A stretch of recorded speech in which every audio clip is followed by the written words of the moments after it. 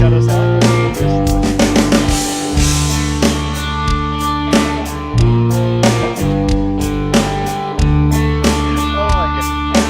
That's all right. You know what?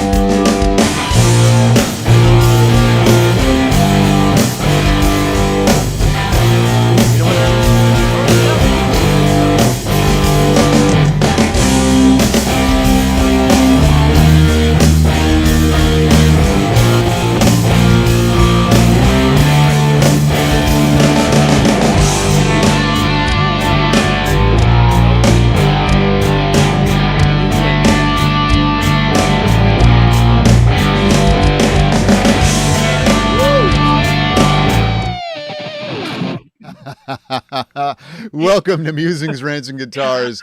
Sunday, I just April 11th. I bent it till it was like somewhere in that key. That's all you got to do. Well, welcome. We are short Lenny today.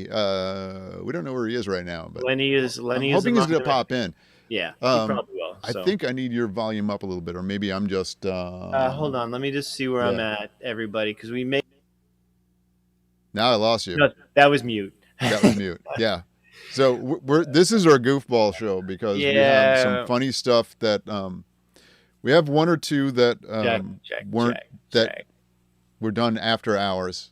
We got permissions from everybody to talk about this stuff. I got to move closer. But this was part of our shtick is besides the fact that we're here every week, mostly, is we have everybody talk about their. I've left the audio screen up so I can't see you. It's really okay. Yeah, I'm here. So we have the Spinal Tap moment every week because if you're not having fun doing this and laughing at it, then there's no point at this point doing it in your career. I've actually had things that was. I mean, I was very serious at one point where like if you played shitty in a gig, you would be mad. You would throw the guitar and stuff. Yep. And guitars break, as we are well aware. So, yeah, shit happens, man. Yeah, shit happens. Speaking of shit that happens, Ed Shin is asking where Lenny is. So there's shit right there. All right, Ed, go find him. Wow, you got a lot of people on already. All right. Well, we're just gonna have some fun. People join in. You know what? Aunt Lorraine is on. If you want. Oh man, you gotta make me put my glasses on. Now people gonna know how old I am. John Turkelly. So.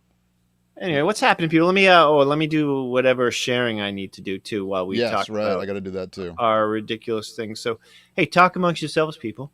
Yeah, I'm hoping maybe Gene will come on. Yeah, that would be good. Oh my God! Now it's playing the song. Wait, let's hear our intro. There we go. Anyway, now you're gonna hear it, huh? Yeah, I don't want to even listen. Share. Let's do share. Share to group. Oh no! All these groups hate me. I'm gonna go back. So we have a lot of Spinal Tap moments, and I think everybody knows what a Spinal Tap moment is. Yeah. If they're watching us, they know what Spinal Tap is. I'm assuming. If not, it's the inevitable fuck-ups that happen at a gig. Yeah, there is not a single gig that we are not flying by the seat of our pants almost all the time. Yeah, almost people, we don't. We don't have a huge entourage. We don't have any entourage. If we did, we would beat them. So we're not allowed to do that. I found that out quickly, as one of my Spinal Tap moments was when I whacked a roadie in the head because he started touching the knobs on my amp. It was like, and it's funny. It's funny. It's funny for two reasons. So first off, I had to apologize to the guy because I went over and I actually smacked him in the head, and I was like, get the fuck away from my amp. Probably 6 months later, was it? I don't know. I did it. I sat in with Andy. And Andy Allendort is at my amp, same amp, turning it up. Yeah. And I'm like watching him going, oh my God, he's not going to know what to do. And the reason why I say that is because I have a JCM 800, which is a 2204, but it's actually a 4104 because it's the combo. Okay. The buttons are backwards than a regular Marshall. Right. Like the master is on the left. All the volume, it goes volume and then works that way instead of, from right to left. Right. So so it takes someone a couple of minutes, even if they know what a Marshall is, to read that, to do that. So anyway, I was sitting there going, should I hit Andy too? So that was Spinal Tappy for me. Yeah. And again, Joey and I are going to share some more. In fact, actually at that gig, this was when I was filling in for Joey, who had taken my place, because they needed this. And I'm like, okay, this is great, man. This is, I'm sober. I can do this. I'm ready to do this. I changed the string. Nope. No. Change the strings on the Axis because I got to get the Floyd. First song, the E string pops out of the Floyd Rose too, and I'm like, and I use a floating bridge, right? Oh, because okay. I'm Yeah. a fucking idiot. So if anything happens, the whole thing just goes fuck you and just goes all over the place. For anybody that doesn't know what a floating bridge is, right? It's the tremolo arm. Do you have your trem there?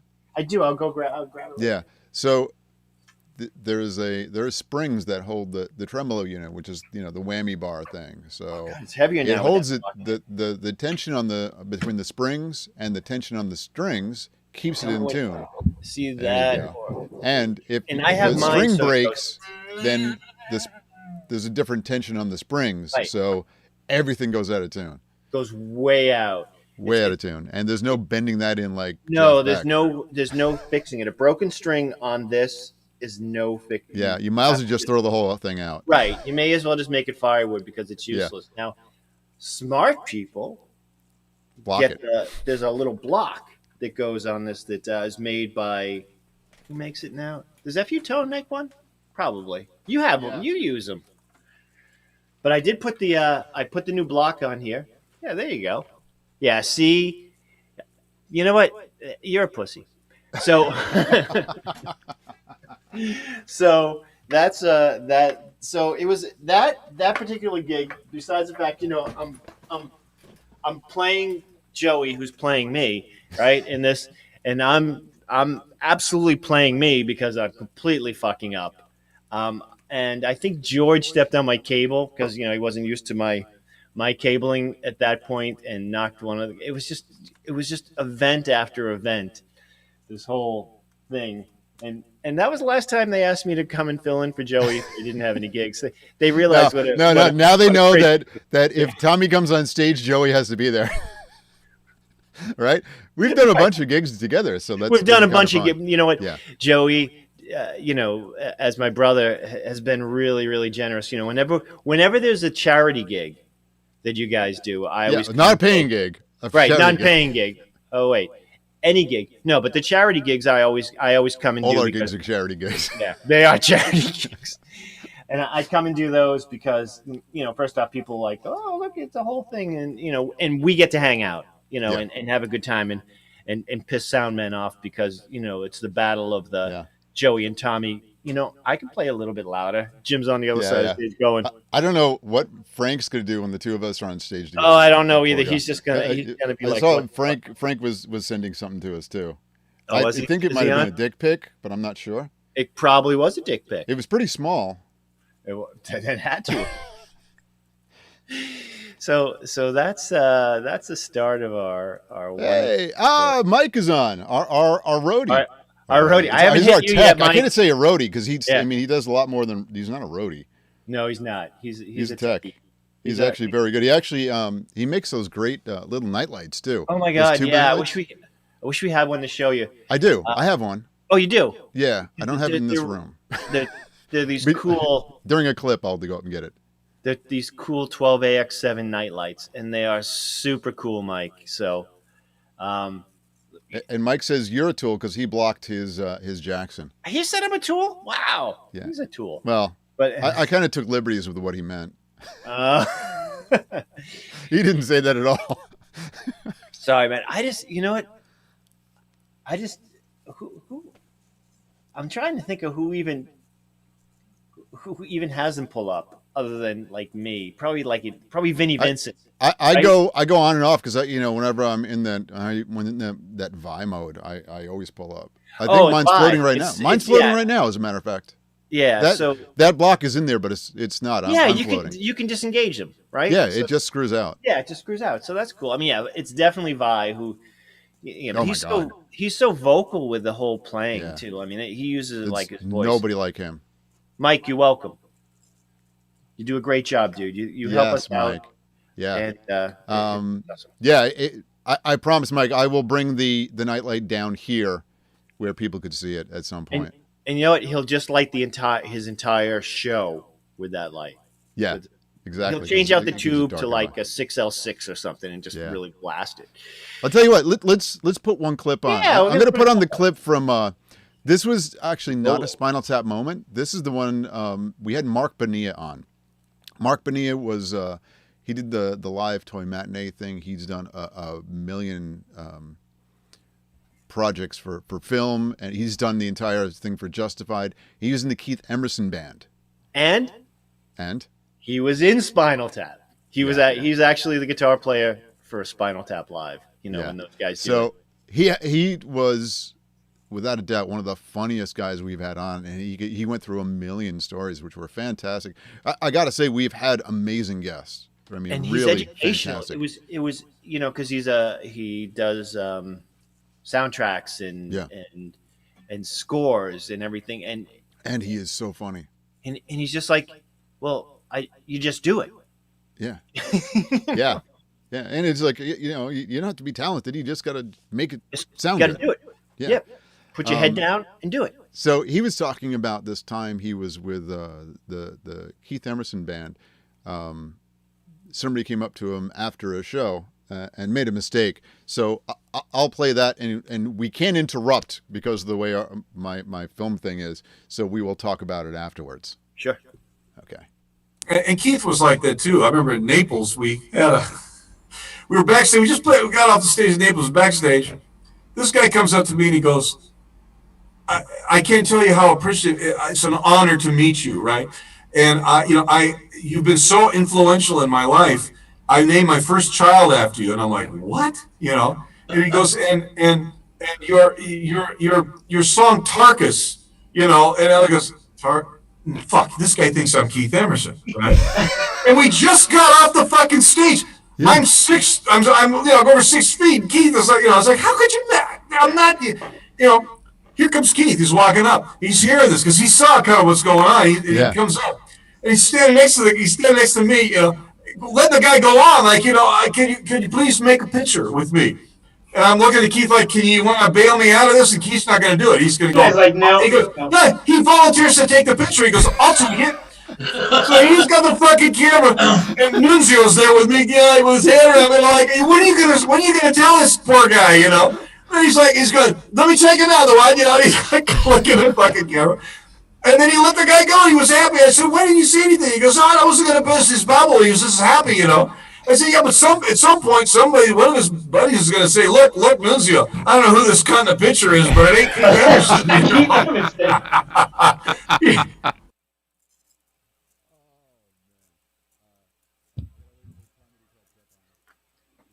You're muted. Sorry, we had to wait for Tommy. Tommy can't hear it because there's a little bit of a delay. So you're watching it the same time everybody else is watching it, right? Yeah, I'm watching it. I'm watching you. I'm trying to switch between. Yeah, things. I have to mute because otherwise we'll get a doubling effect. So And we don't like. But that was so funny with Mark talking about that. That one was actually done after the show. We do those little sound bites. Maybe you've seen them where we ask the people to do a little sound bite for us, and we rolled tape. And I did ask Mark if it was okay for us to use the clip. I'm never going to air something that we shouldn't. We have things Yeah. that we were told not to air. Yeah. We might hint at them, Yeah. but we were told definitely. not to air them. Yeah, definitely. But Definitely. that was hysterical. So I mean, Keith Emerson's taking a picture of a guy who thinks he's He thinks that Mark Bonilla is Keith Emerson. Yeah, that was really classic. people That just was awesome. are. So there was that time, Eddie Van Halen got asked to take a picture for. I think he was a Trans-Siberian sitting with somebody and said, "Can you take a picture of me and my girlfriend or something?" Right. It was Eddie. So that's pretty funny. So stuff like that just amazes me that goes on out there. So that's so funny. So Do Joey, you have, Tommy, give us one of your Spinal Tap moments. I mean, I know you hit people, but I mean, other than that, I mean, that's just, that's just what a guitar player does. Yeah, that's good. So Come on, you would tell me about that one that just happened at the bitter end. Or do you want to wait till we talk about that one when we're closer to Greg's? Yeah, I think we're going to move that to Greg. But there was was it? You know what? Being young and serious doing this stuff, and you and I talked about this before. Yeah. Is you really can't be that serious playing, right? You playing music. It's not brain surgery. You're not helping anybody. Right. I mean, you're helping people, but so you do the show, and I don't know, when you're young, it's like life and death. So you're playing. You think you did a terrible job, and oftentimes when you review tapes, you go back and go, "Oh, that wasn't bad at all." But in your brain. So I was, God, was it? It was Sundance, I think, and I don't know who we were opening up for, but I just thought it's terrible. And the Junior, and the Junior. Yeah, yeah. When I recorded crazy. back with it, room, flung it across the room, and the headstock snapped off, and I'm like, oh, and then the strings fly off and everything, and everybody could have been killed in the room, but right. So that was that moment.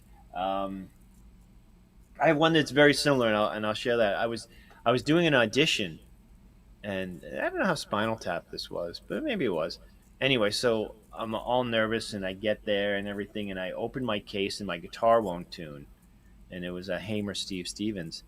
Okay. And Nice I took guitar. it out of. Yeah, it was, and it wouldn't tune up, and I'm like, what the hell's going on? The headstock was broken off. I've been there. And I'm like, where's my? Yeah, I got one of those. I got two of these back here. Yeah, Broken well, headstocks. the Junior that I just talked about, I think Billy has broken headstock 2 more times in different places. Yes. I think that there is what's happening there, Kevin? How are you? You know the Junior too. He's probably one of the guys who scraped it up. Yeah. So it was. So Billy's broken the headstock in 2 different places because you can't break it in the same place because now it's glued. Fixed. That's actually fixed. But all the other pieces will just fall off. Yeah. Around it. So that's a great guitar still, and Billy will tell you that. So that is my 3 stories in one. So. Okay. All right. We got one from Jared James Nichols, who is a fucking monster of a man. He is a monster of a man. He's 6'5" and 2. Yeah, 6'5" or 6'6", right? Yeah, and then we had Wisconsin week. What the fuck are they doing in Wisconsin? Because we had Greg Koch on too, who was 6'7". I think he said he's 6'7", and these guys are. I'm looking at a telly on him, and it looks like it's a fucking toy. It looks like a ukulele. Yeah, and he even says it. He did say that they did make the new guitar, the new Reverend Telly, a little bit bigger.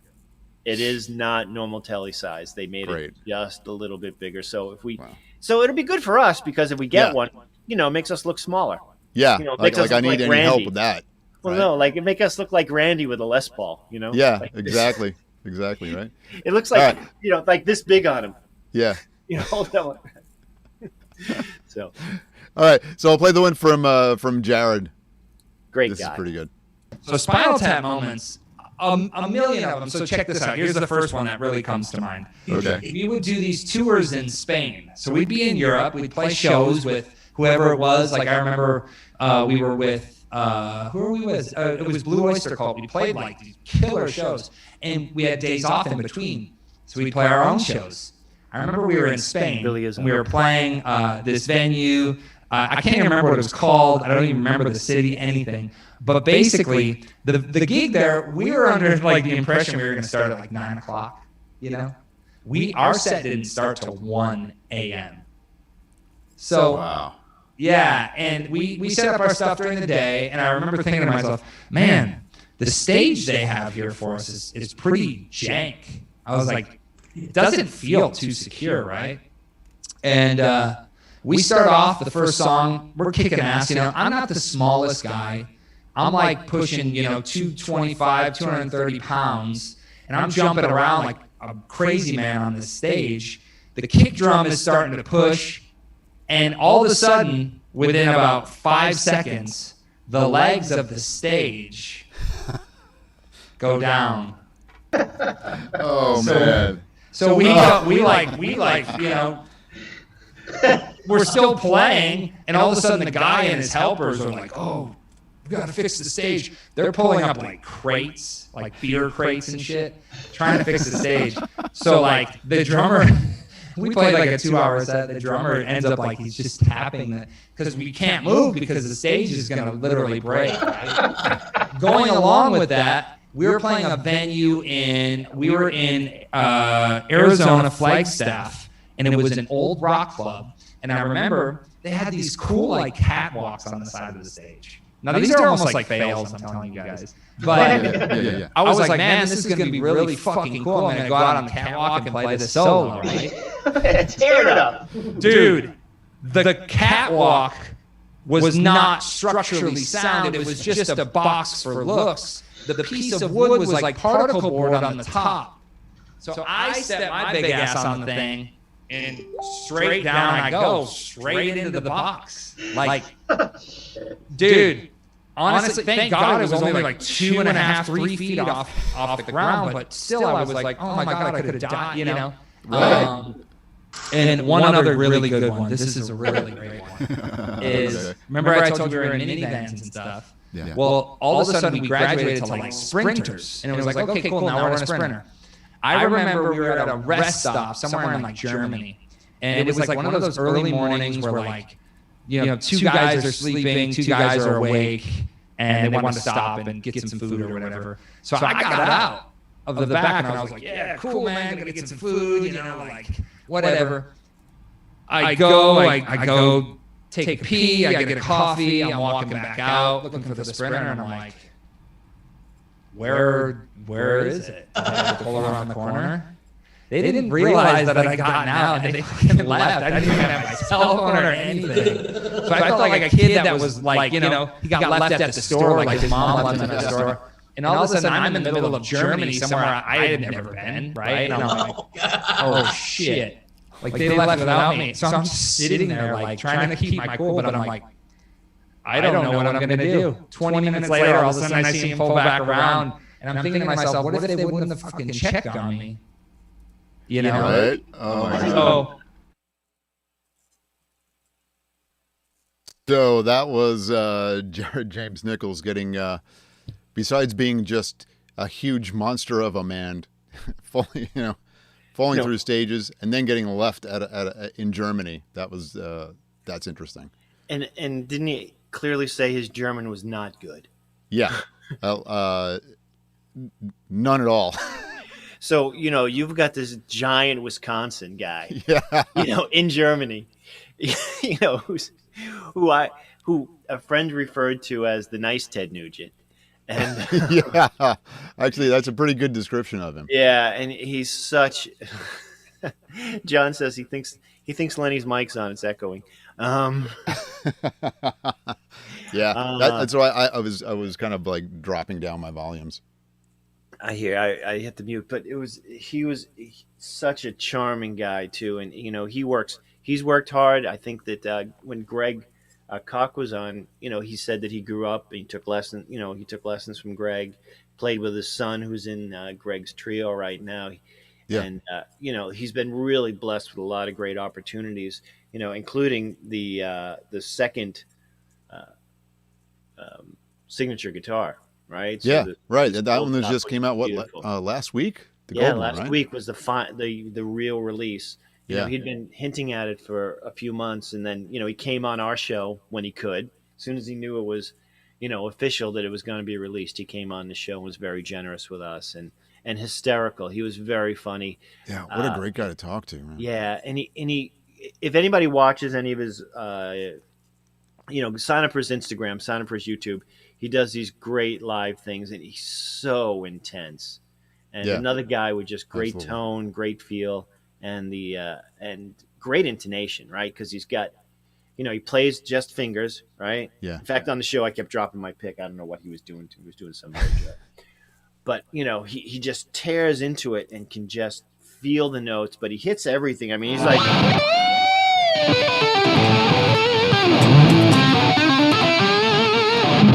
Fingers, and I can't do that more than that, and I don't even do that well. But if I did that for 30 minutes, I would have like these meat mitts. Yeah, exactly. And I know you do it. I mean, you're getting pretty in depth with it, which is amazing to me. Always impresses me. But I can do it. I can do it on some tunes, and then there's other times it's like, forget it. I can't even attempt it. But I do love the ability to not have to worry about dropping the pick.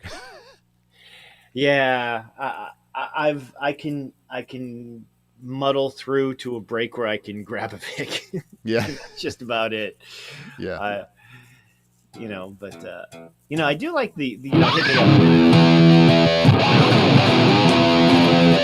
I do love the way when your hand hits like an open E, or depending upon your tuning, an open D, it's you can totally tell, and you can totally tell when the way Jared plays, and it's impressive. So guys, watch him. Watch Jared. He's a great guy, very generous, and really nice. I do love the real soft feel of the fingers. Even with I don't even have to use the volume on that. You can just you play can really, so much softer. Yeah, you can touch that. It's funny because not that I'm that subtle anyway. Yeah, I know. I'm That's subtle like a sledgehammer. Yeah, exactly. It's not like we're using these huge rack setups. We're pretty much using a drive and a Marshall. Yeah, exactly. And doing our best. So. Yeah. I'll share a quick one. Yeah, we need one from you. Yeah. Man. So very young and early into alcohol, I guess. It was alcohol. You remember those? They used to do the Alabama knockouts, and then you drop it in a beer. The slammers, yeah. You drop it into a beer, call it a depth charge. Yeah. Yeah. Well, when you get them free, that's not a good thing. No, man. And the way I am on stage. I'm a little reckless, and I'm a showman. I know I'm a better showman than I am a guitar player. I always laugh about that, but it's like good balance. People come out to see a show, so I always give them a show. And early on, I used to jump on top of the stacks of amps. Super cool, and your judgment of height and depth gets a little skewed with like 5 or 6 of those Alabama slammer knockout depth charge things, and I also didn't realize that the stage at this particular location was about 3 feet in front of the wall. So I go to jump up on top of the stack, and I missed, and I kind of like tripped, ran into it, and everything went straight back, and then down. So there was just a pile of Joey and amps and shit, and it just looked like something out of a Who show. You just got to take the ride. It was not supposed to go like that. So it was yeah!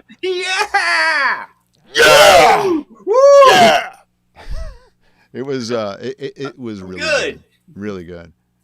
So with that, I'm going to go to our next segment, which is one of my favorite. It was Kirk and Rodney from the Pat Travers Band. When I saw them and Lenny saw them, Kirk is now with Billy Bob Thornton and the Boxmasters, and Rodney is playing with Foghat. Yeah, with Foghat. But they did happen to get together. I had been harassing them for a while because I keep up with Kirk. And he finally said, "Yeah, I'm coming on, and Rodney's going to be here, so we'll do the show together." So, and they were a fucking blast. Oh my God, they were a blast. You guys, you may not know them, right? Yeah. They're not but they're sidemen, right? And we're Pros. sidemen for a Absolute lot of pros. stuff, and they're bros. And you might see them playing with different people. Foghat's had a few different lineup changes, but he's been running the band. Whatever band he's in, he runs. Yeah. And he'll tell you that, and he'll not just tell you that, it's the truth, but yeah. So they've got a good. They were talking about Spinal Tap moments. So they had quite a few. Yeah, we had some off air. This is one that did air, so I know we got the okay on this one. Although this one originally they said, yeah, let's not air that. It even says, I think it says in the beginning, is like this is off the record, and then I talked to them, and they said, oh fuck it, just play it. So we're gonna say fuck it, we're gonna play it for you now. Yeah. Here it is. These guys, you know what? Off the record, maybe. Yeah. off the record. Yeah. And you can find this on YouTube if you dig deep enough. Oh, shit. We were playing Rib America Fest in Indianapolis. This was a bad time for somebody. And it was kind of like leading the blind, you know what I'm saying? Someone that was definitely on a different planet, couldn't see or nothing. Yeah, that's pretty bad. Yeah. I'd already known that this wasn't going to be good. So the first thing I did, and this is relationships. The guy that we did the tour package thing with, he was actually the promoter for this show. Frank. Yeah, Frank. And so he was the promoter for it. And so I'm going to him and said, we got a problem. And so then we get with the actual buyer, and our whole thing is, like, Pat's real sick, and we're playing the whole angle, man. He's got this high fever. We really don't think he should go on, but he insists he wants to perform. So now Frank stays near the buyer and sugarcoats that angle. Foghat was actually going on after us. I got with Foghat's front of house guy, slipped some money. I said, look, if you need to, bury him in the mix. If vocals, guitar, whatever, bury him in the mix if he gets out of track. Right. Meantime, I get with Kirk, and this is just actually this is the last gig this other drummer did with us, because it was like the breaking point. When he got home and got off the plane, he's like, "That's it, I'm not going again." And that's when Sandy came in. But I get with Kirk and Sean. I said, no matter what, once we get into the song, no matter what Pat's doing, ignore him and just kick ass and just rock. Yeah. So we'd always started the set where we'd ring out a G chord and finally drop it to an E, and then we would get into the song. If you look, there is a YouTube video where we ring that G chord for 2 minutes and 32 seconds.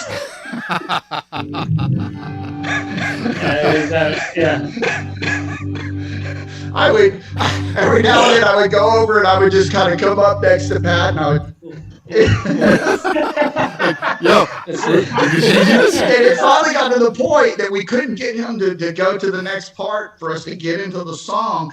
That there's pictures of me and him. We're just just looking at the sky, just laughing. We're almost crying. It's a festival audience. I mean, big outdoor festival, packed. Wow. Crazy. So now we're like, I would kind of keep Pat nudged each song once we made it through. And then it became, all right, man, we got about 40 minutes left. Yeah, man, 3 songs. No. 40 minutes, 3 songs. So now we play one more song, and then all of a sudden it's like, I gotta go somewhere. Someone's telling me I gotta do something. I don't know what. Yeah. See y'all later. In the meantime, I'm smiling, going, look, man, we got 30 more minutes, So now it's like, why didn't you tell me? Why am I the last to know?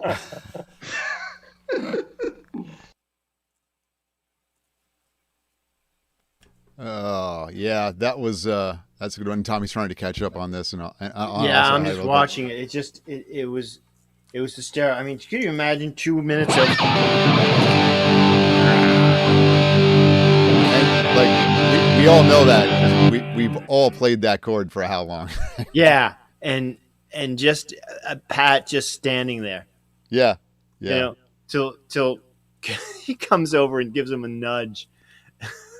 Yeah. 2.5 minutes.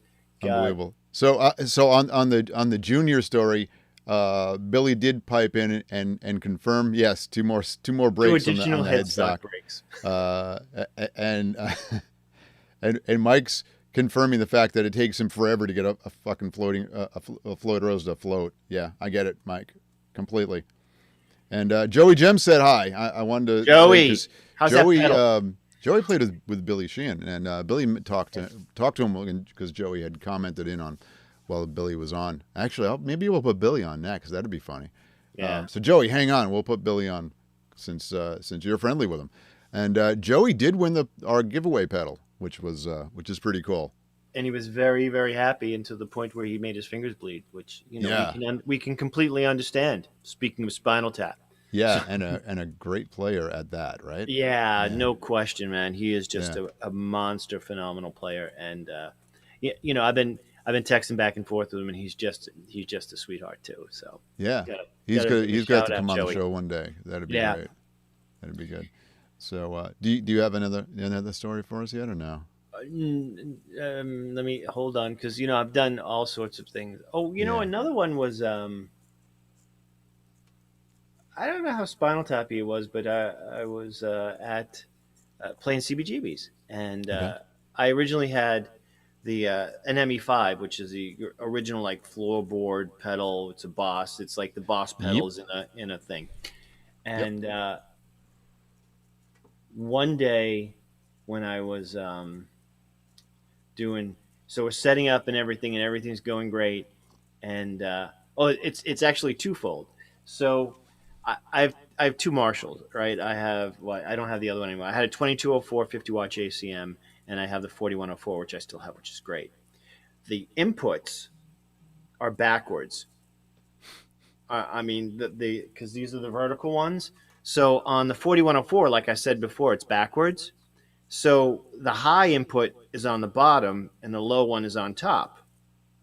And on my 4204, the high's on the top and the low's on the bottom. Okay. So I'm at CBGB's, and just two things went wrong. So the first thing is I'm using the combo because it's New York City, right? Because it's just easier. You bring not any easier. The thing weighs 100 pounds. I don't really know what I was thinking. So I get there, and I get my ME5 plugged in, and everything's wired, and it starts just screaming. It's just noise. It's the battery for the memory had detached from the board, so the battery was off. So all the presets were gone, and it was just a complete.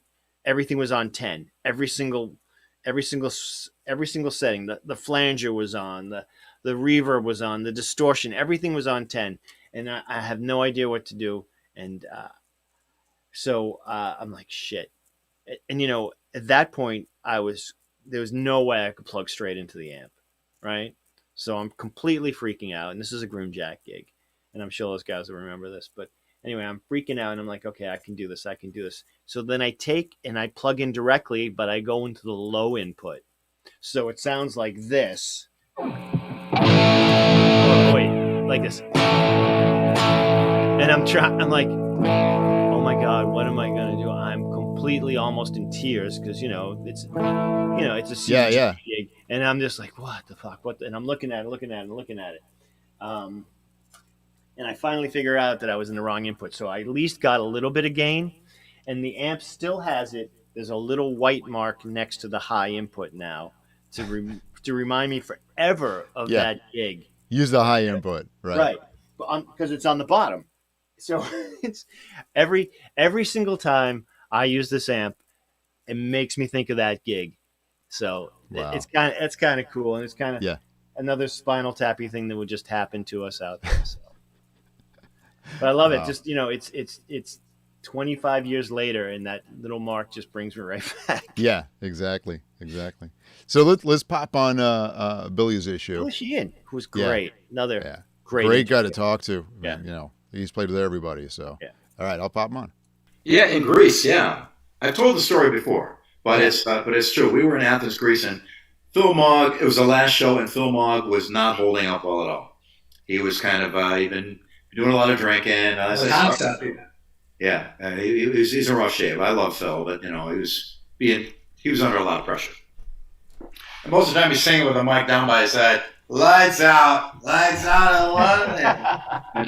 And I was jumping in and singing a lot of the parts because, you know, just to kind of back him. I did the same with David Lee Roth a lot of time because they have similar range. I would sing while he is, you know, doing his thing.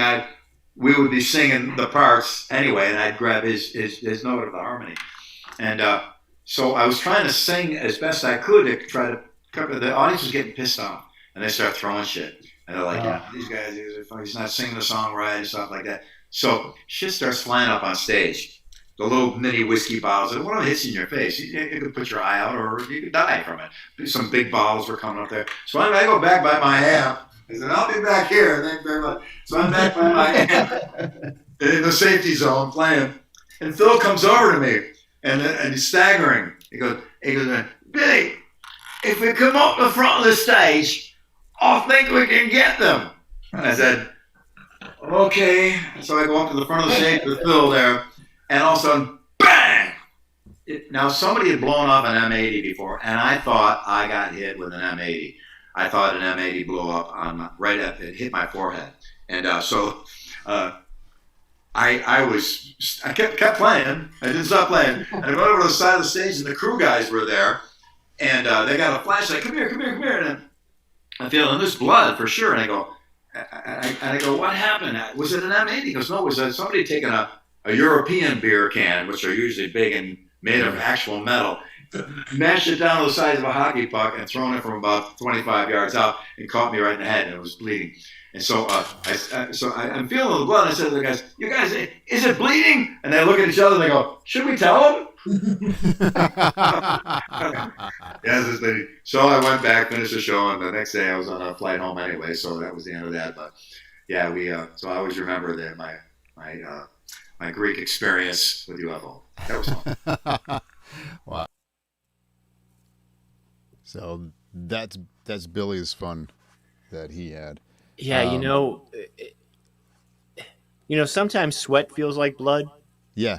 Absolutely. But when you get hit in the head, you're just like, holy shit. Yeah, absolutely. That's not fun. No, and Phil being completely drunk and just he goes, Billy, come up front. I think we can get them. Yeah. Sounds like Keith. Okay. I guess your name's on the paycheck, Phil. Yeah. So I'll give another quick one of mine. I told you this one real quick. I had just gotten an ES 137, which is a hard body guitar, which their bodies are kind of they're light, which is great to play, but they're also a little more fragile. And I was playing at a place 89 North in Patchogue, Long Island, and I'd gone out for dinner ahead of time, and with dinner we had cocktails, and I go back to the show, and I'm like, wow, I got a little bit of a buzz going on, and they have a nice backstage area, and there's probably some cocktails there too, so I had a little bit of a buzz going, and like one or two songs in, I got to be the show off the showman again. I'm coming up towards the front of the stage. I'm gonna just show everybody how I rock. I'm gonna stand there and I'm gonna look fucking cool, man. Fucking God. I'm rock god. So I go to stand up and I'm like, oh, and I missed the front of the stage and started going over, and somehow with luck, and I'm in these ridiculous, 60s heel boots, those little Beetle boots, with those fucking stupid heels, because I got to be, 6'2" in these heels, because I don't want to stand next to, because it was an Izzy gig. I don't want to sit next to Brian, who's fucking 2 inches taller than me. I don't want to stand next to him and look short. So I go over, and somehow I landed on my feet, and I can't figure out how I did it. All I can think is I'm hoping I flipped all the way over or something. I have no idea. Let's just clarify this. People don't know this, but Joey's a ninja. Fucking ninja. And he may have thought this looked bad, but people were going, holy shit. That was awesome. The guy did he planned that shit. he just did it, and he just came in and like, motherfucker, watch this. Yeah. Meanwhile, no good story starts with, I was having a salad. No. They all start with, I was fucking ripped. Absolutely.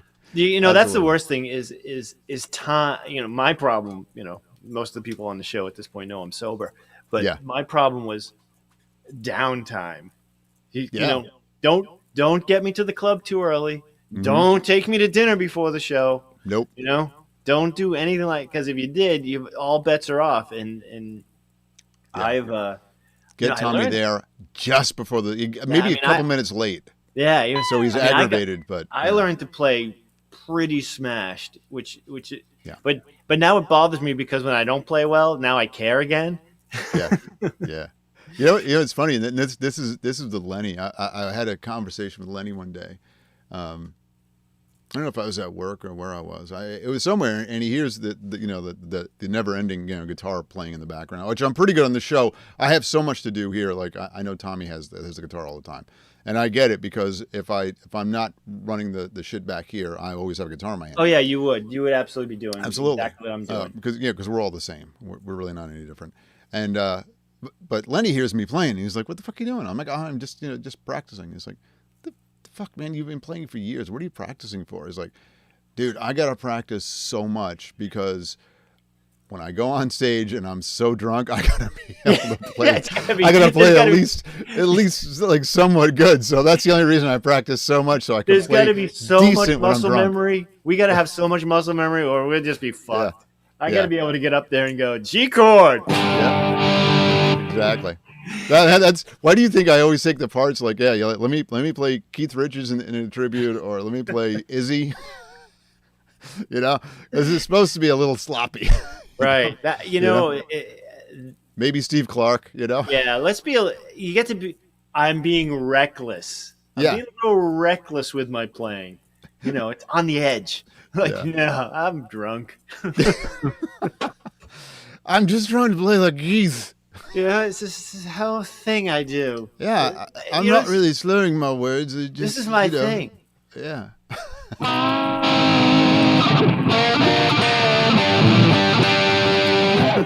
Oh, man. I think so true, so true. I think the G chord's out again. Probably. You know what? I got one of our best guests who went on forever. And he was early for some of our people that constantly watch was Ricky Medlock. Oh, Ricky was good. Ricky, what was it? 2 hours and change, right? And and it was a monologue. Yeah, and it was just one story after another that was just, and I'm just going to keep it to one, because realistically, you could just replay his whole show. And watch the whole show. He grew up as an entertainer.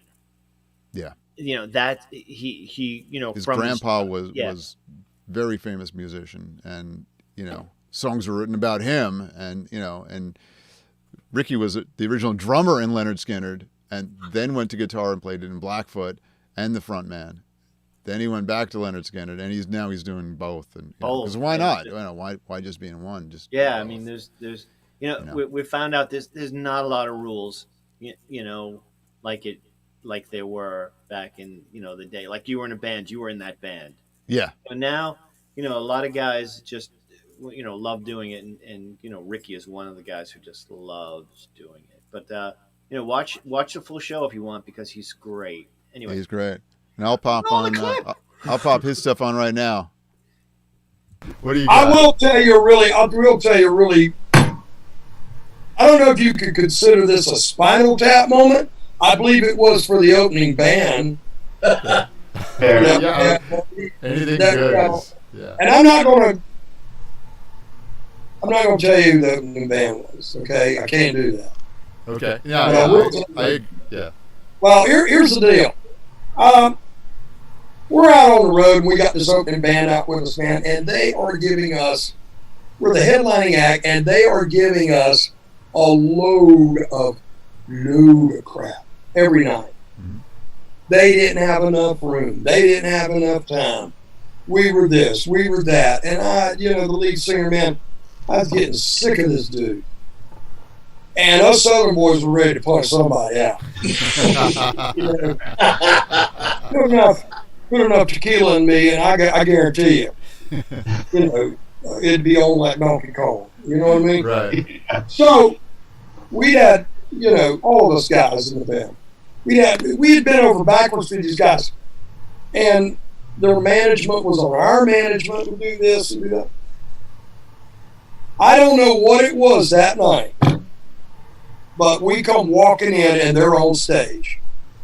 And this guy is out there twitting around and he's doing his thing. He's this and that, the other man. And I'm looking at this guy going, is this really a front man? Or is this a clown? Right. Well, the place where we were playing would put on stage shows. Broadway shows and, plays, Yeah. Well, I look over and there's a shepherd's staff with a big hook on it. I think I know what's coming.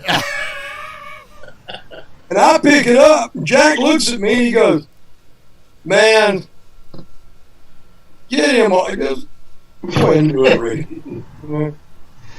Dude, he's right like this here. And all of a sudden people said, you seen this hook come out from the side of the stage. And I grabbed him by his neck and yanked him off. Oh, man. yeah. Boy, my manager chewed me up and down. I bet. I mean, their manager called management, we're going to sue you, we're going to sue him and everything. And, we were like, you know what, man, go do whatever. But that's definitely a good one. So that was Ricky Medlock. That's Ricky. Ricky is really, really an entertainer, man. Yeah. I can't wait to see, Skinner put off, like everybody else, like their final tour that they were doing. And when he comes around, they'll definitely play Westbury or whatever it's called now. What is it called? Yeah. And we'll be there, and we'll probably broadcast a little bit live from backstage just to talk to Ricky because it's going to be so good. He was.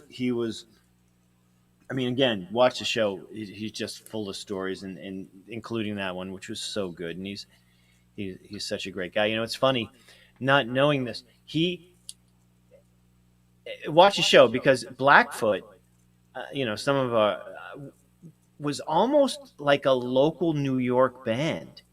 Right. They were from Jacksonville, but they were on the circuit here, in the 70s with, Twisted Sister and the Good Rats, and knew all those guys, and they were playing those shows, even like Essence and God, who are some of the others? Some of our other friends, Bonnie Parker Band and everything. And these guys were all part of that scene. And there was some other crazy stuff that would be moments just out of Almost Famous that he was telling us. So it's a great show. Not to take away from anything, but Joey, we're just past a year on the show. Yes. We started this a year ago.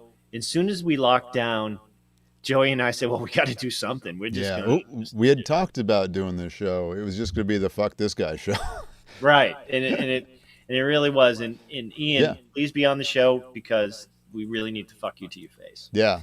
Him and Richie, and I was trying to, I can't get Richie Kotzen on it right now because his album blew the fuck up. Yeah, we're not going to get it. We're not going to get him because it's him and Adrian Smith. And those are two rock stars. And a European. I mean, Iron Maiden in Europe is fucking huge. Yeah, and, they're huge here. You imagine them there. I just can't even. Right, or see them in Brazil. Things will just go insane. Yeah, but the two of them are really busy working on a beautiful project. Yep. Just a stunning record. You guys should check that out too. So sometimes we might actually tell you to buy a record. Buy this one. It's good. Yeah, but absolutely.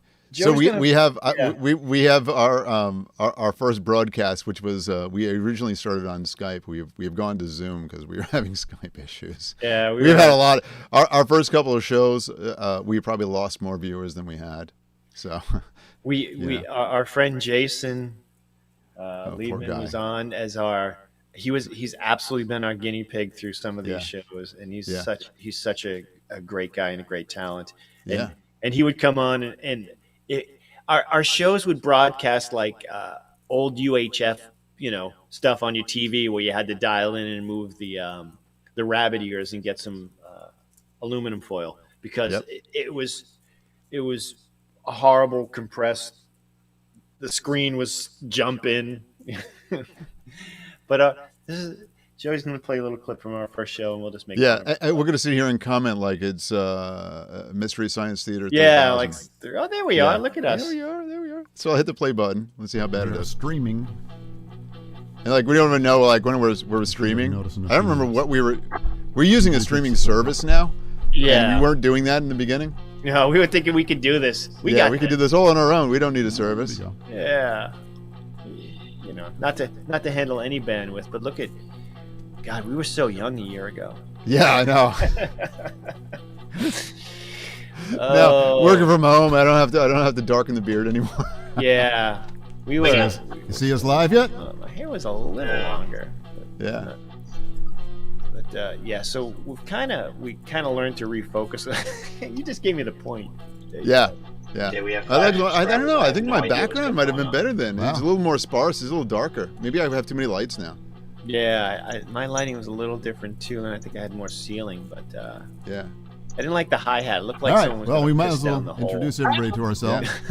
Look at these two idiots. We'll I see know, how this stupid. goes, and we'll see what And everybody honestly, says. Yeah, folks, thanks everybody's to gonna hate anybody us, so who's it's all right. stayed on. A few of you So, stayed on, but I know I'm you Joey. Go back and watch this. But This guy over We, here, uh, I gotta get used to this where this thumb is. That's it Tommy was over it there. was Hey guys. questionable if Hey, we were going to be able everybody. to do it. But Everyone is Joe, doing you've been a huge exceptionally push well. to keep it going Let's hope. all the time. And Let's both hope. of us. I mean, we've been saying We're all let's do stuck this, in let's do houses that, right let's do now. And Yeah. it allows us to buy gear. First full we just weekend keep of buying. COVID-19 I'm going to transition this over because we're probably trying to talk over each other.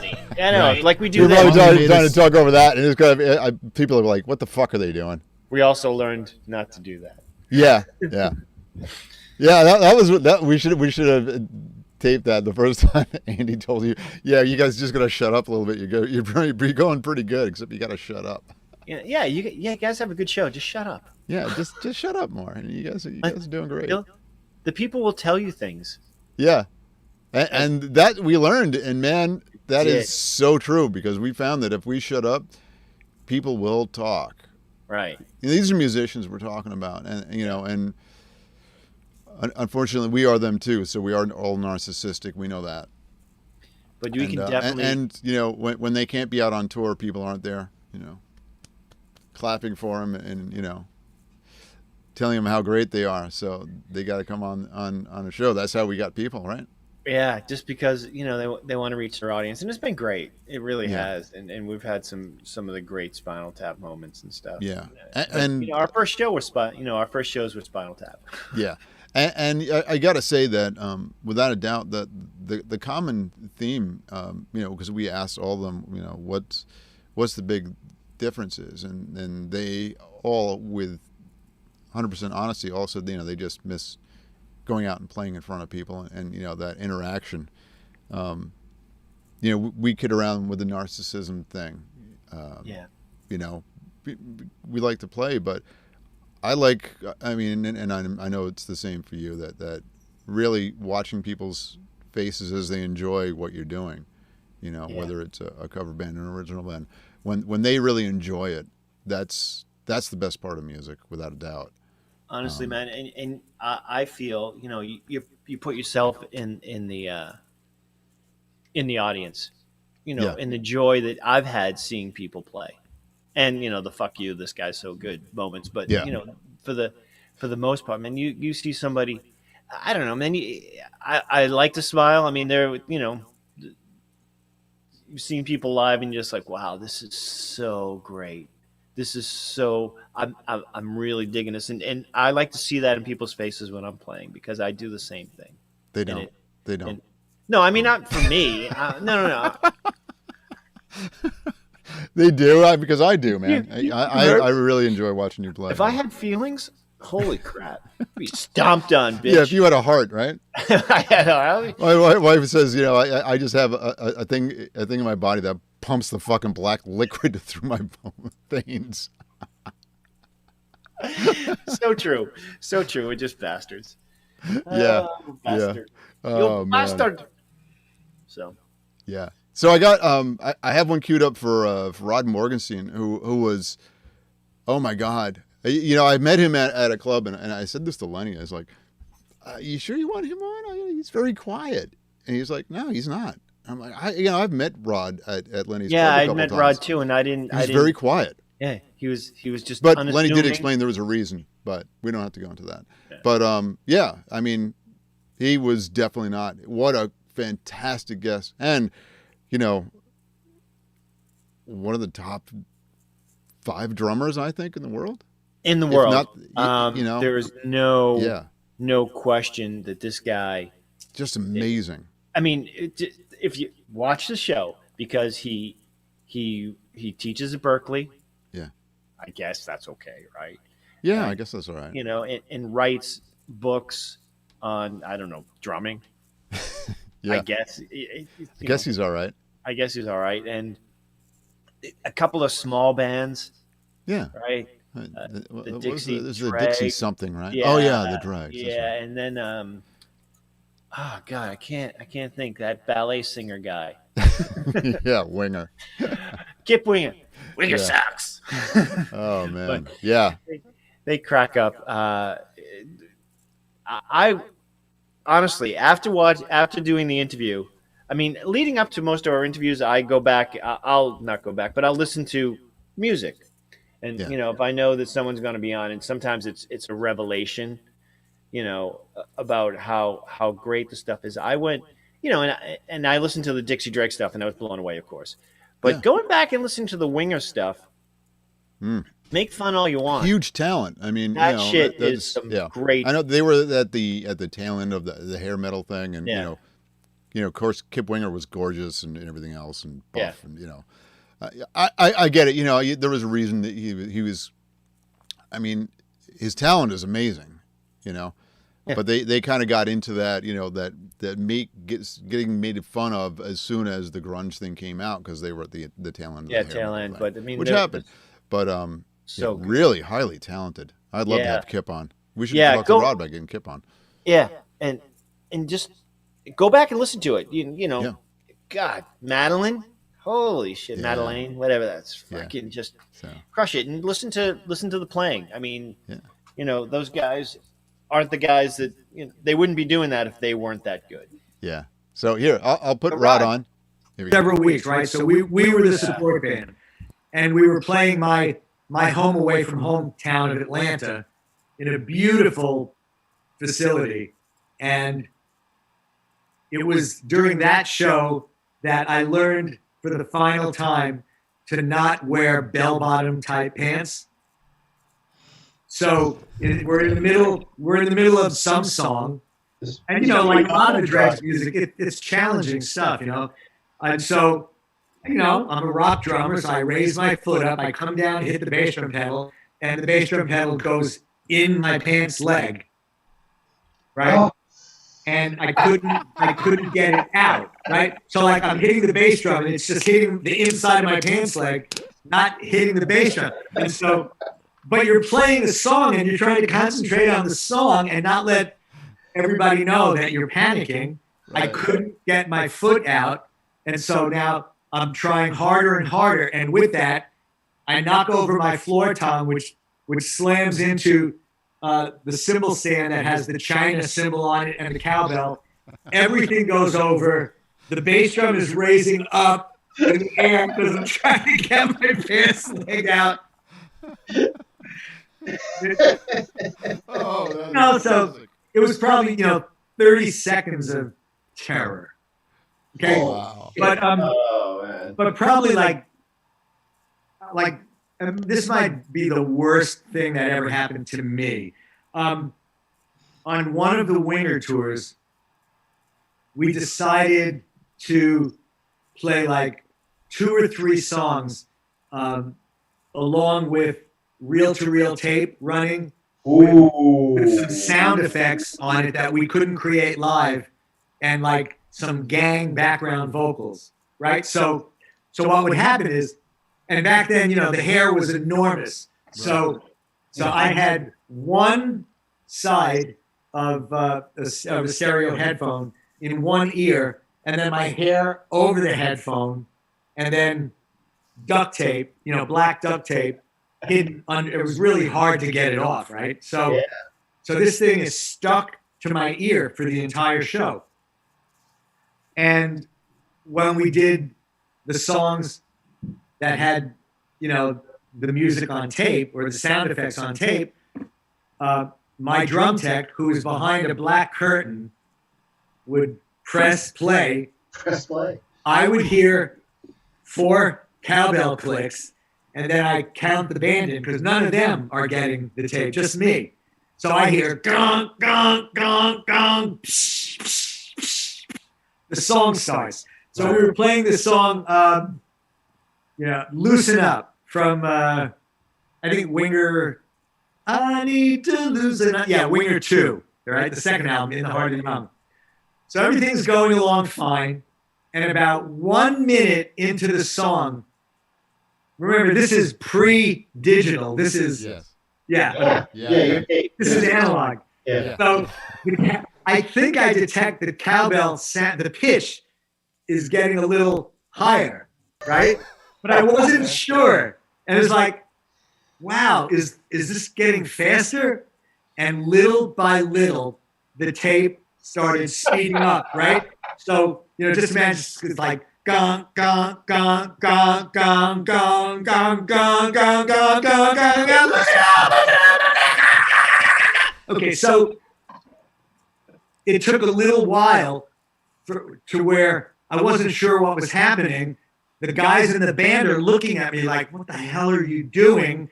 And then I realized what's up. And now imagine with a click that is at 11. Right. Blasting your head off. So you're hearing, and you're having to go.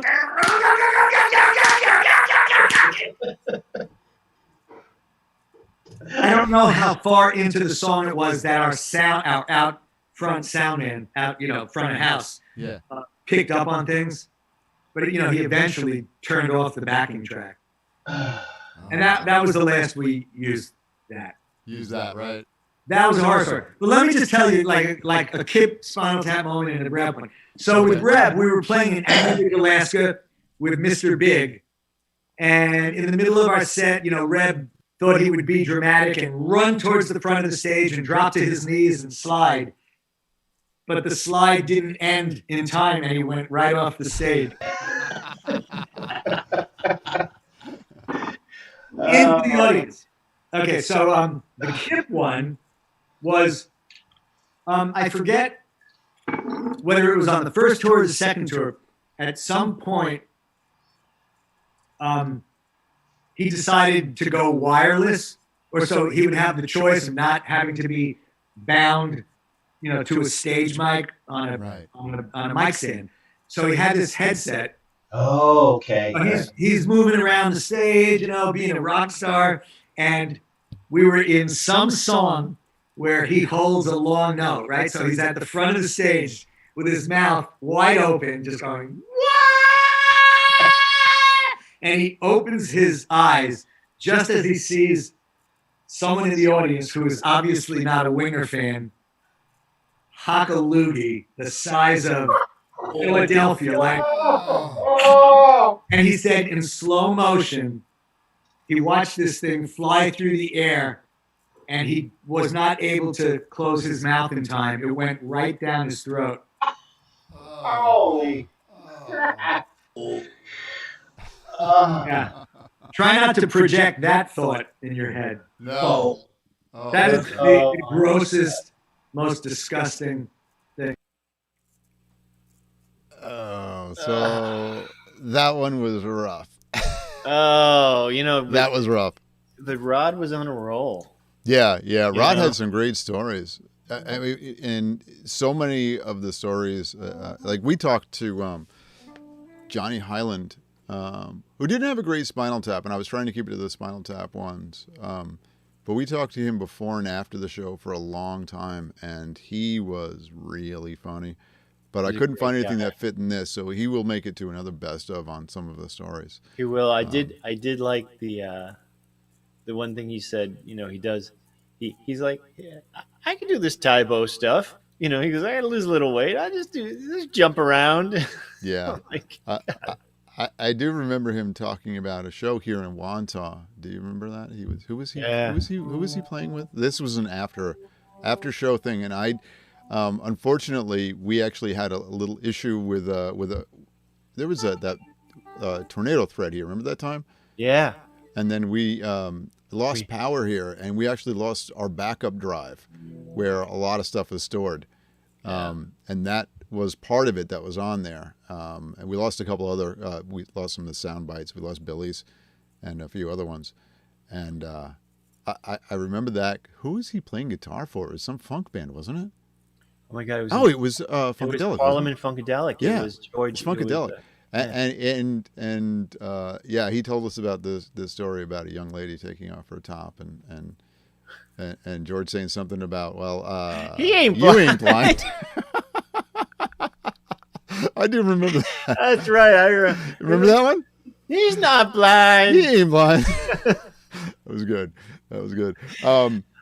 Oh God. That was Yeah. We have the one for Bruce Kulick. Let me bring that one up. That one's not too terribly long. okay. Of course, I have to find this now. I gotta find it. He ain't blind. Yeah, that was pretty good. Oh my God. What a great gig that must have been for him. Yeah, absolutely. All right, here I got Bruce Kulick. Let's pop this one up. This one isn't very long. Okay. Do you have one of those Spinal Tap moments that you share with us where something went really awry that is so funny? You can share with Yeah, us. my favorite one is when the lights go off, the dramatic effects. You're on a big stage, the lights are going to go off, and I definitely got confused. Usually, you're told before, or you hopefully remember which side of the stage you're supposed to exit, because every arena will be different, every stage sets up, it's a little different. And I absolutely went the wrong way in the dark and right into Gene. Okay, not good. Okay, not good. Because he was always built like a football player, even though his weight goes up and down like various people. But no, not good. So that was Spinal Tap to me for sure. Wow. Yeah, I can imagine that not being so good. Gene is a big fella. It's hard to believe that those guys are that big. In fact, story that leads into that real quick is oh my God, Adam Baum auditioned, right?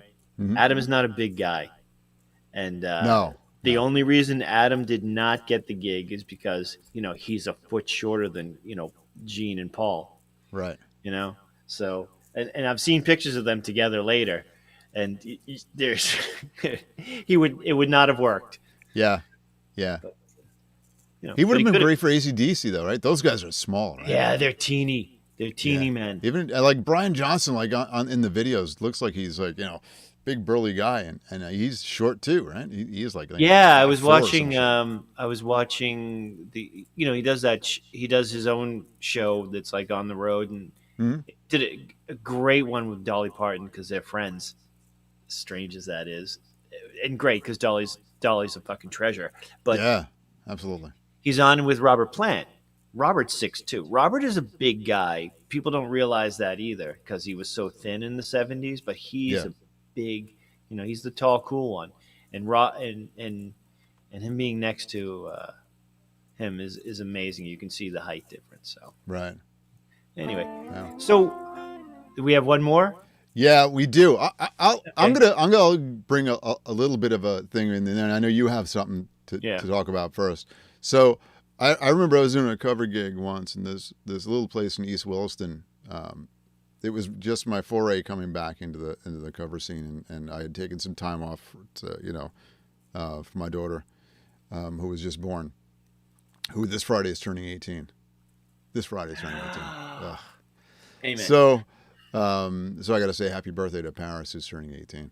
But I was doing a gig with one of my close friends, Mike, and Mike and I worked in IT together. And you know those guys that you just, you know, they get you. You know, you can make the worst jokes in the world. Everything like my sense of humor is really dark. You know, like I say the worst stuff ever, and I know I can say anything to you too.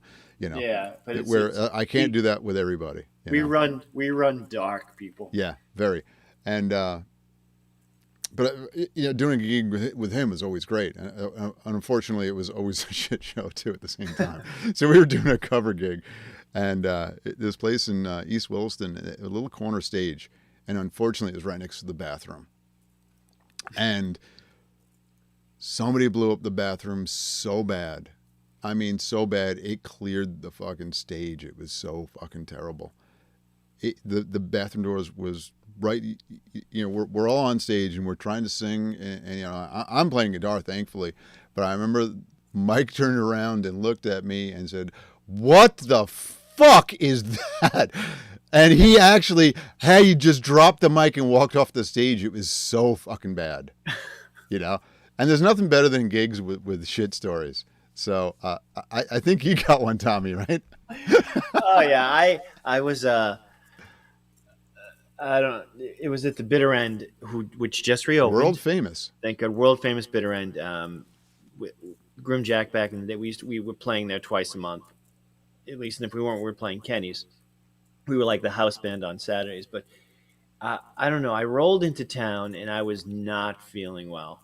I don't know what the hell happened. Anyway, so I'm in the back room, and if you've ever been there, you know the back room is cool and stuff. It's a great vibe, but I just threw up, and I had a paper bag, and I threw up in the bag, and the throw up just shot out the bottom of the bag, and I'm just like I don't know what to do, and then the rest of it started to go. Well, if that's coming out, the rest of us is coming out. If you've ever been in the bathroom at the Bitter End, it's not pleasant either. No. It's your description is very true. You said it was like a small CBGB. It's a small CBGB. So I think the memes of CBGB's bathroom have been all over the internet. Yeah. So think of that as a smaller version of that with, you know, the toilet there. And I just was in there just completely losing it from all ends. And I come out and I'm like green, and, you know, there's always a line, right? Yep. So this guy comes in after me and immediately opens the door and is like, "What the fuck, dude?" I was like, ah. I played the gig sitting down. Evan, who's a saint, who's, you know, still there, you know, runs sound and coordination, went and got me whatever meds he could get me. I don't know whether he thought I was a junkie at the time or whatever, but he made sure he got me a bucket that was far more substantial than the bag, and made sure I was okay. I'm pretty sure Billy was pissed. I made it through maybe 6 or 7 songs, and I just couldn't play anymore, and just went and sat in my car for a few hours in you know, in the city in the late 90s. Great idea. But that's so awesome. that's mine, which leads into Greg, who's a great Greg storyteller. Koch, who he's probably not a well-known musician. He's like one of those internet guys, you know. Just a great player, and he does spots for Wildwood Guitars. So, you know, he's kind of on the, you know, mine and Tommy's radar all the time. Yeah, he's a and great he is guy. just really funny. And if you can follow him on Twitter, he bashes people. It's great. He's just a really great musician. Really Great is. musician, great funny, great show. Yeah, I mean, you can watch his show, and if you're not a musician, easily and have a good time watching him. And he's very talented. I mean, really talented, and a fucking giant.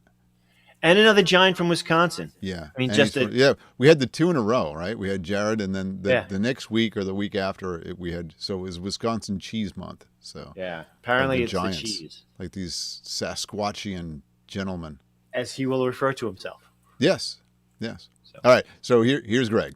So we're going to ask some of our typical questions that we like to Go right ahead. ask Hit it. everybody.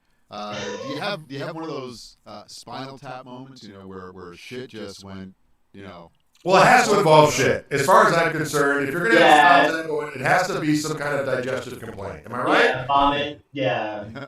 Poo. And I just, when you asked that question, or when I saw the email where you said you might be asking a question of this nature, yeah. although there's been a lot of weird shit over the years, without a doubt, I remember one particular day where it was my band, back in the day we had a band called Greg Cough and the Tone Controls, and it was, at that point it was a 4-piece band, and it was a nucleus, it was a trio we had for years. We added in this keyboard player. He was older than us by, a dozen years. And sometimes there were some generational, shall we say, friction that he would do that would drive us freaking crazy. He's the nicest guy in the world, and a great keyboard player, but it was just some idiosyncratic things. And one of the things was what we would do, we mostly did original tunes, but every now and again we'd do a cover tune, and we were big Little Feat fans. And so this guy would do a version of Dixie Chicken. And in the middle of Dixie Chicken, he'd go off on this massive keyboard montage of all these different songs. And sometimes he'd go into all these freaking show tunes that were kind of New Orleans based. So, a lot of times they're just like, oh, for fuck's sake. When is this over? And so, but it was, he did his thing, and it was his feature, and people dug it. So we would just, go, you go. So on this one particular occasion, we're down in Chicago. We got to play this gig at a horse track during the day, Arlington Heights, I think, whatever. And it was one of these things where you would do, this agent booked it, where you'd play for people that didn't care, but you got paid pretty well, and then you'd couple it with a club gig in the evening. So we do this gig, and it rains torrentially. We got to bring our shit out of there and grab it, and then we got to go across town. Well, now it's rush hour in Chicago, in the middle of torrential where it's like stop and go traffic. It's a freaking nightmare. We finally get to the club. We got to get some food in us quick. So I devour some greasy, heinous shit. And I got to restring my guitar. I'm doing stuff, getting ready to go. So finally it's time for us to take the stage. The opening band plays, does their shit. We go up there and we start playing. I start playing, and all of a sudden I was like, is this going to happen? And you're kind of thinking, can I buy myself some time? You know what I mean? These games we play. We know it's coming. And like the few little tweaks that go on, the few gurgles, you're like, you know what? I'm gonna be an idling motorboat at some point this evening. But can it wait till the break? You're thinking, and then you start praying. You're like, God, please, for the love of you, please don't let me have a shart during the show. That would be the worst. So finally it's getting to the point where I'm playing and I'm like, no, it's on. It's on. So then thought comes to mind. Hey, let's do Dixie Chick.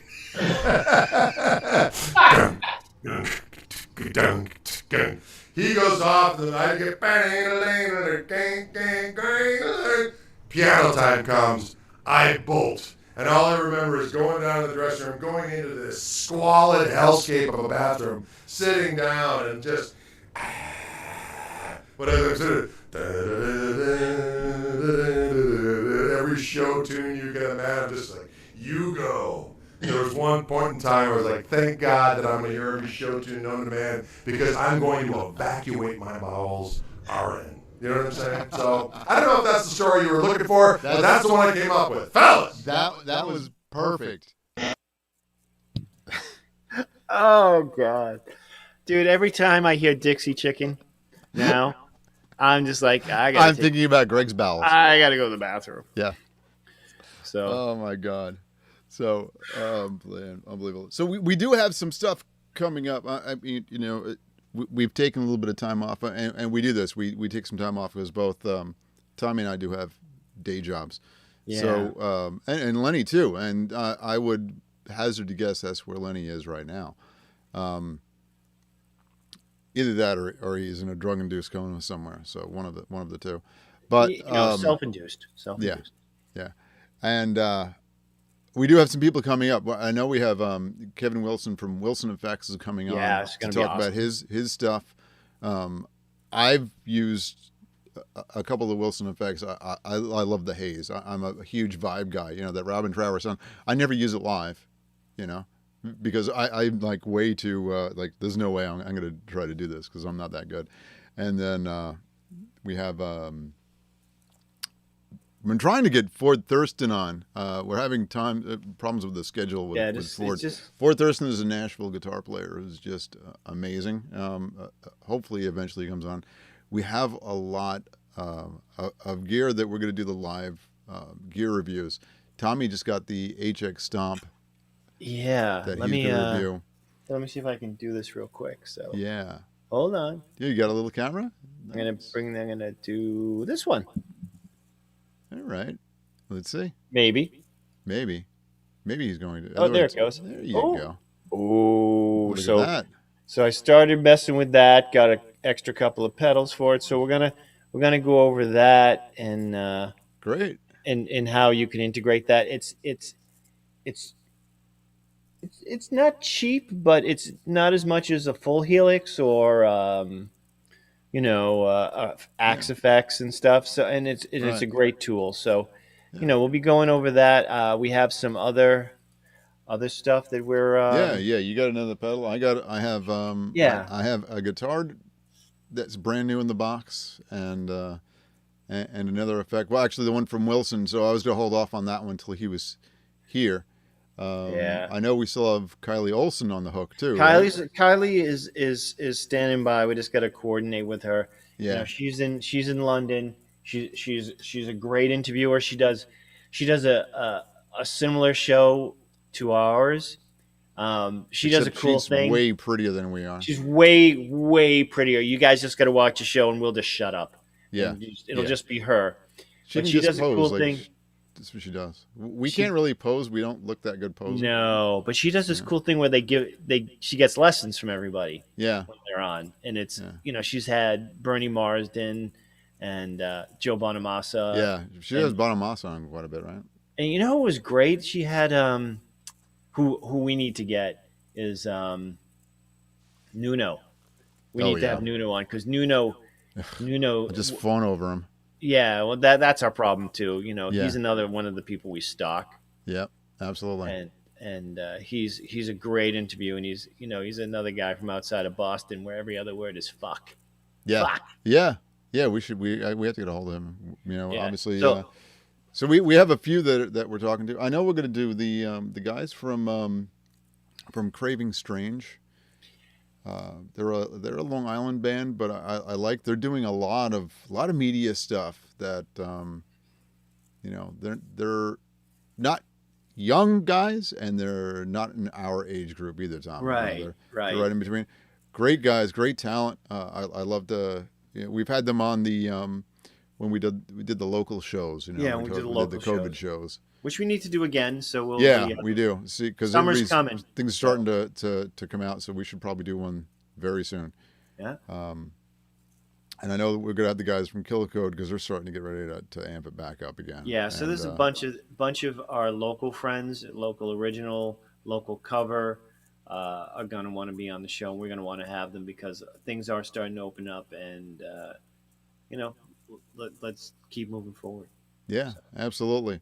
So I guess we are good for tonight. I don't want to. We need to have you people subscribe. Yeah, subscribe. Subscribe. YouTube is a place to subscribe. Facebook, obviously, you can like.